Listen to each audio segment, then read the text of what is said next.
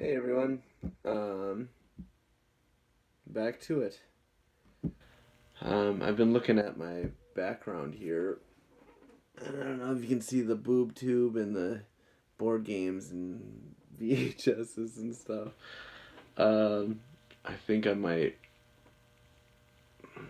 hang up something. I don't know. I didn't really mind, but then I was sort of like, maybe that's distracting or I don't know, or unprofessional. Not like I'm claiming to be one or anything like that, but and I haven't gotten to use this yet. I was trying to think of what to put on there. I sort of want, once we find sort of a theme, I guess, or not a theme, something where it's like, as long as I don't know. We could put up some of the stuff we were hearing in the beginning about giving prudence to the simple and knowledge to the young, and write that up there and be like, what did we get out of this passage? And by the way, I was feeling a little guilty last time. I don't know, the first one I did, it felt like I think it ended with such a nice round number. It was like 15 minutes or so, or maybe, I don't know what it was, but I was like, oh, that was a perfect time. I should do all of them that amount of length. And I think that's gonna sort of wreck it. Like, I don't think we should do that. I think, and I also was trying to be like, oh, we're gonna get from here, from this passage, or from this verse to this verse. So I was setting myself goals, setting like from here to here with this amount of time, and I think that's too constricting, and I don't think that's going to be what this is all about. Because when you're studying the Bible on your own, you don't do that. You don't think, I want to read this passage from here to here in this amount of time and gain everything I want to get out of it. It just doesn't really work that way. It's like you could spend hours on a single verse, or you could fly through a bunch of them within a couple minutes. It all depends on how God leads you. And so I was really feeling guilty about that. And so I don't want to do that. I don't want to have a set amount of verses, and I don't want to have a set time. I'll try to keep them the same, I guess. I'll see if I feel there's stopping points. But yeah, so some things I was feeling a little self-conscious about or something. I don't know, or guilty. I don't know. But all right, let's get into it. We left with the bird, the nest, or oh yeah, and that sort of stunk too. I don't know if I'll go back, but we spent a lot of time on verse 17, Proverbs 1:17, and then I sort of skimmed over the last two, 18, 19. Last two in my section, it's got like a bolded title after that, so I was like, oh, that's a good section. Another thing I found is called Strongest Concordance with Hebrew and Greek Lexicon, and I am like really excited to like look into that, and maybe we can try it out today. If we find a word that we want to figure out where it's been in the rest of the Bible, or the Hebrew or Greek word. And I don't know, maybe we should get into it before I ramble too much. Shall we? God, please help this be useful to someone. Help lead me. Guide the readings and our journey of understanding them. Thank you, God. Amen. That was one thing that I was feeling guilty about too last time, was there was one verse and I wouldn't drop it, and I was like, I need to figure out what that means. I think it was the net one. How useless is to spread a net in full view of all the birds. And I was trying to relate that to the rest of the passage. And I mean, I felt like God really sort of walked us through some of that. And once again, nothing I say on this is like God or pastor or biblical. This is us learning together. This is us trying to figure it out. And I think that's why God gave the Bible to everyone, is for us to sort of struggle through it and learn. But yeah, so if I get stuck with something like that, I don't think I'm going to focus so hard on it. I'm going to maybe just leave it open-ended. Be like, something for you to look into, something for us to think about. Otherwise, I don't know. If I really want to figure out, we'll stick with it. Alright, lots of rambling. No verses have been read yet. Let's get into it. Alright. Warning against rejecting wisdom. Wisdom calls aloud in the streets. She raises her voice in the public squares.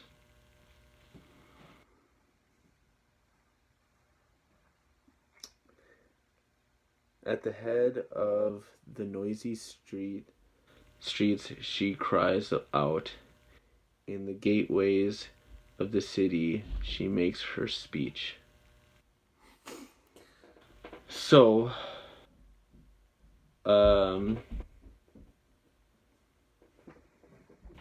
what is that telling us?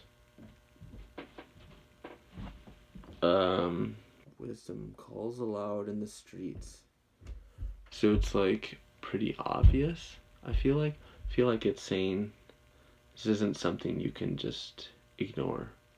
You can't ignore it subconsciously, maybe. I guess. Let's see. Wisdom calls aloud in the streets. She raises her voice in the public squares. Public squares, that's like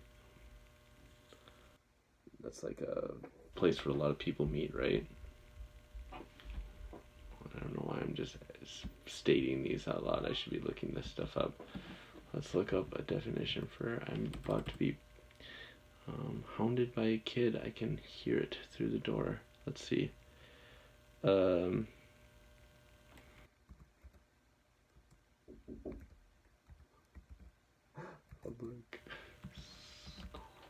square. Public square. Not right now, bud. Alright, thanks, bud. Alright. Definition of a public square. An open public area in a city or town where people gathered. Yeah, that's sort of... But like... Oh, the markets, squares, vendings,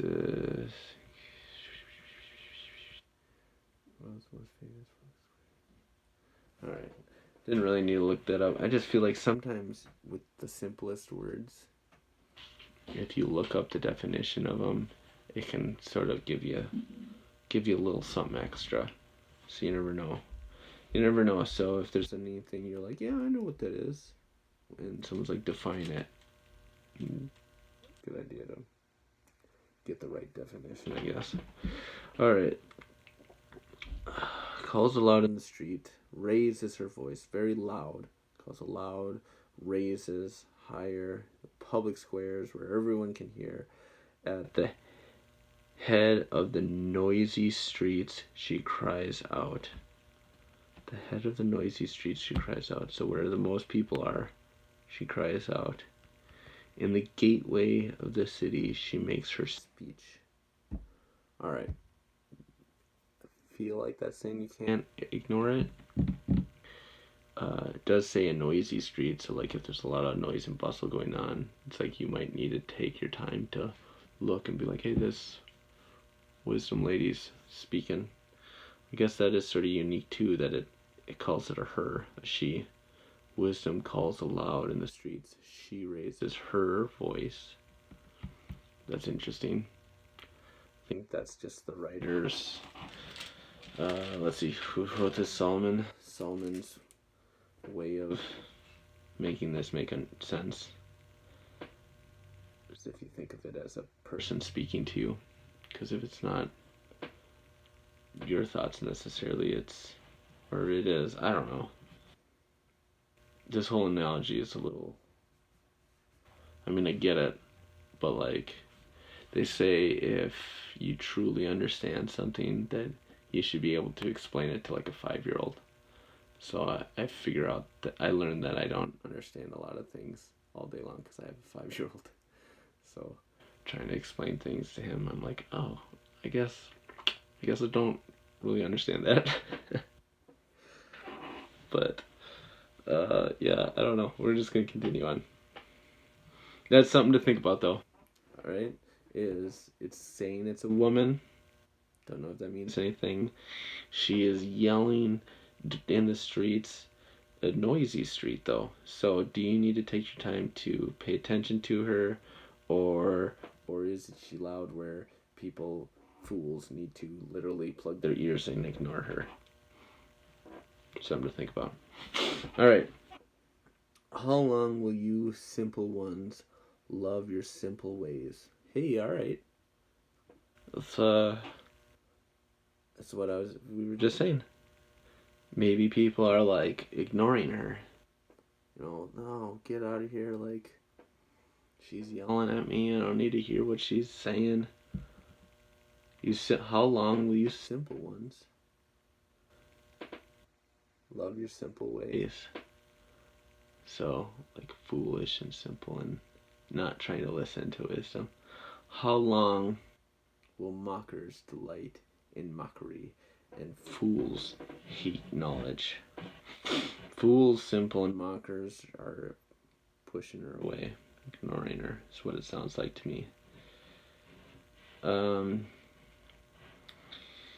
If you had responded to my rebuke. Okay, hold up.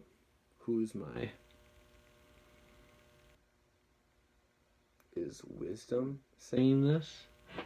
It's not in quotes. Oh wait, yes it is. Starts at verse 22. Quotes, how long, these simple ones. But who's saying this? In the gateway of the city, she makes her speech. Oh, okay. Sorry, I missed that. It's her. She's saying this. I didn't know this. Alright. How long will you simple ones? It's a wisdom as a person. I still gotta grasp that. I think that's where I missed the line there. As I was like, is Solomon saying this? Wisdom. This woman is saying, how long will you simple ones love your simple ways? How long will mockers delight in mockery and fools hate knowledge? If you had responded to my rebuke, I would have poured out my heart to you and made my thoughts known to you. But, and then it goes into a but I want to look at this. Ooh, let's look up rebuke. It's one of those things I'm pretty sure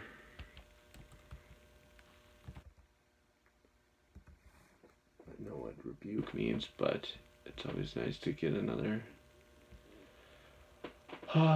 Express sharp disapproval or criticism of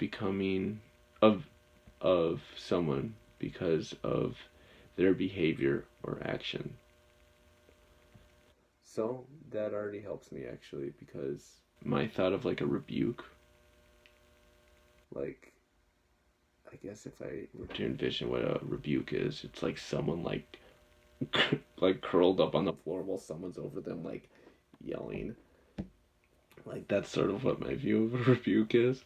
But it's, I don't know, I guess it could get that. It's expressing sharp disapproval or criticism of someone because of their behavior or actions. Let's see. An expression of sharp disapproval. It says that again. And, yeah, I don't know if we want to look at Bible Hub of different translations. Maybe. Let's see. If you had responded to my rebuke.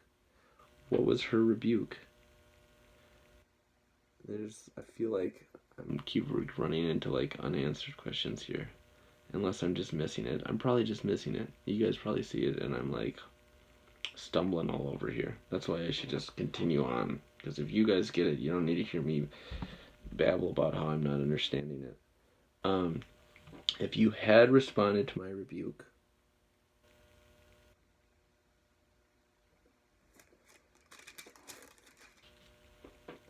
maybe it's just that like thought in your head. And if you don't listen to it, then I don't know. Alright.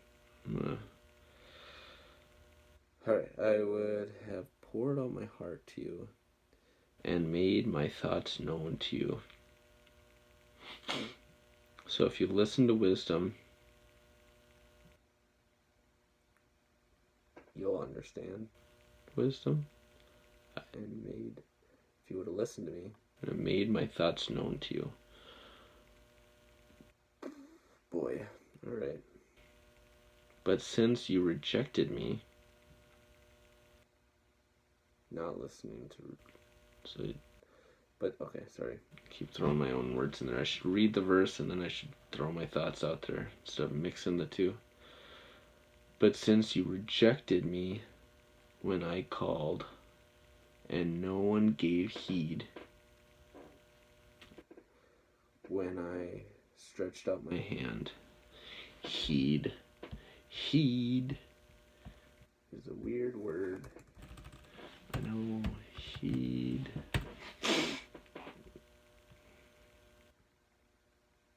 Pay attention to, take notice of. We're going to start looking at some of this in different translations too. Just cause. I wish there's a better way to. What are we at here? 24 ish. Since you refused to listen when I called and paid no attention to my outstretched hand. That's not where we were though.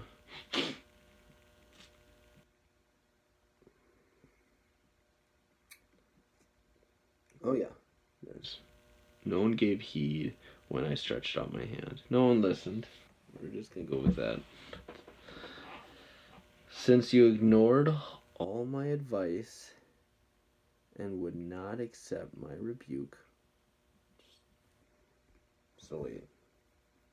So it's sort of saying the same thing twice. Since you ignored all my advice, what was heeded? Or no. Rebuke, sorry. My head's a little scrambled right now. I feel like sharp disapproval. Okay. Verse 25. Since you ignored all my advice and would not accept my rebuke, I in turn will laugh at your disaster. I will mock when calamity overtakes you. Oof, that's harsh. It sounds harsh, but is it? Okay, just think of the analogy it was using. Woman yelling her advice and her something. She's telling it to everyone. And I think we're sort of, simple ones are sort of ignoring it. Oh yeah, ignored. She says it here. That's cool. We were talking about that before it came up. That's always good. It's always a good sign. If you're like, does God mean this? Is that what he's trying to say? And then you read it later on. It means you're on the right track. Okay, since you ignored all my advice and would not accept my rebuke, my sharp disapproval, so rebuke, I in turn will laugh at your disaster. I will mock when calamity overtakes you. Oof. All right. I'm trying to think of scenario. I guess it's like the I told you so moment. It's like, don't do that. You don't want to do that. They're like, shut up, I do what I want, and then they do it, and you get a chuckle out of it. I mean, this sounds pretty aggressive. Turn and laugh at your disaster. I will mock when calamity overtakes you. But I get that, sort of.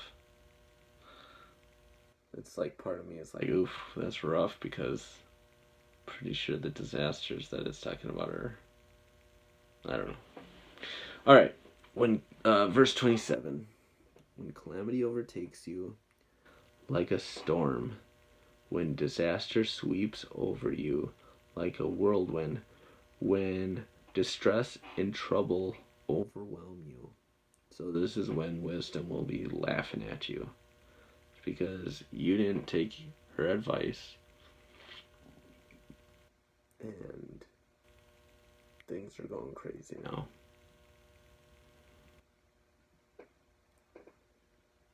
Ugh, the next verse seems harsh again. Then they will call to me, but I will not answer. They will look for me, but will not find me. Since they hated knowledge and did not choose to fear the Lord. Okay. That sort of puts things in perspective, though. They did not choose to fear the Lord. It was a choice.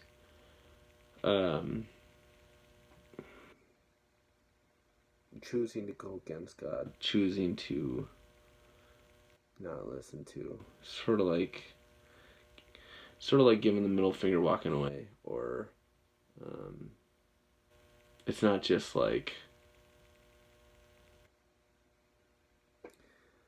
I don't know. I guess the original analogy that I gave wasn't as extreme. You know, when you're like, oh, don't do that. And then they're like, oh, I know what I'm doing. And then they do it. It's more of like the fear of God. Like, it's like God is like, you need to listen. And they're like, yeah, I know, but I'm not gonna. That seems a little more on point with this reaction. I'm going to continue. Since they would not accept my advice and spurned my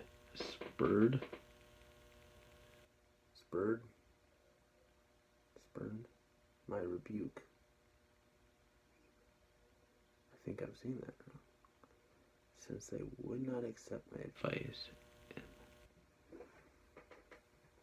We're going to look that word up.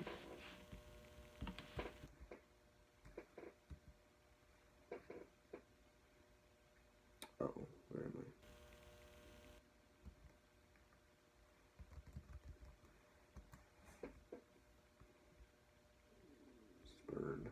Spurred.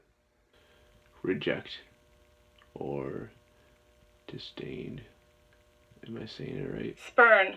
Oof, that was odd. Spurn. That's the non-past tense word. Spurned. Spurned my rebuke. I didn't think I knew what that was.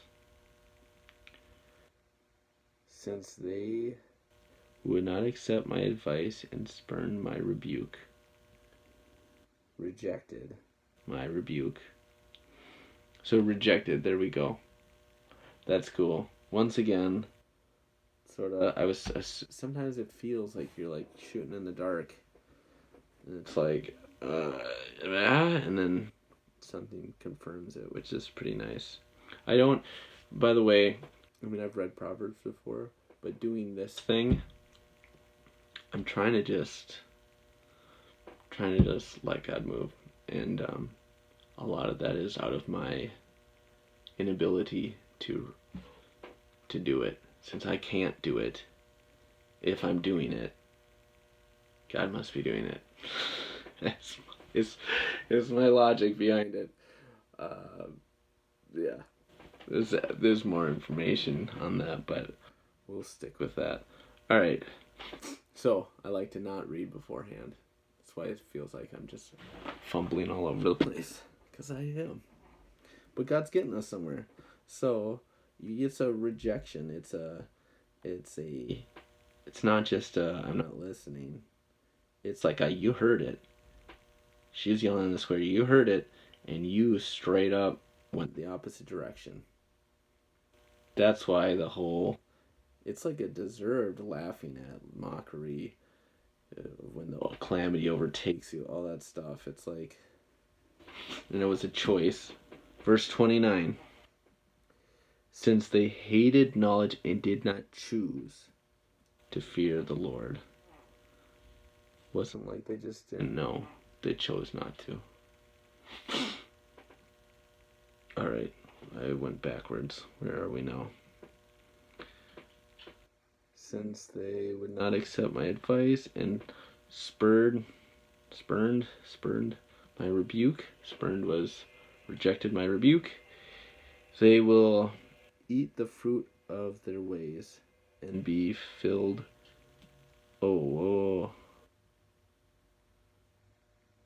They will eat the fruit of their ways and be filled with the fruit of their schemes. Okay, sorry, when I started saying filled with their fruit, it sounded like a good thing, but nope. Filled with the fruit of their schemes. Not good. Okay. I know I didn't want to do section to section. Well, I do want to do section to section. I want to. But I sort of want to be led to feel where I should stop. I think I can get to go to the end. So that will be good. This one is longer, but I think it's alright. Alright. For the waywardness of the simple will kill them, and the complacency of fools will destroy them.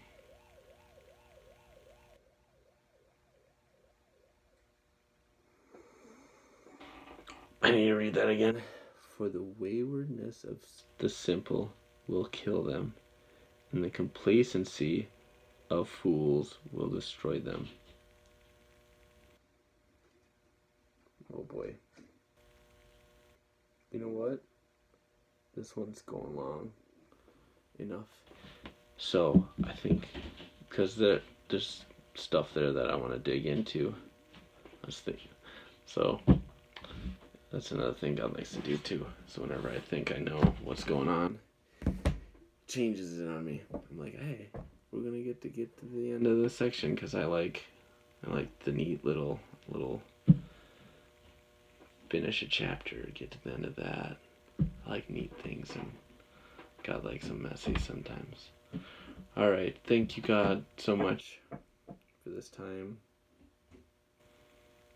I just thank you for leading me through your word, and whatever help this can be to someone else. God, I really do pray that you use this, and that you reach people out there, that this is really speaking to someone. This is helping people know how to struggle through the Bible on their own too. Amen.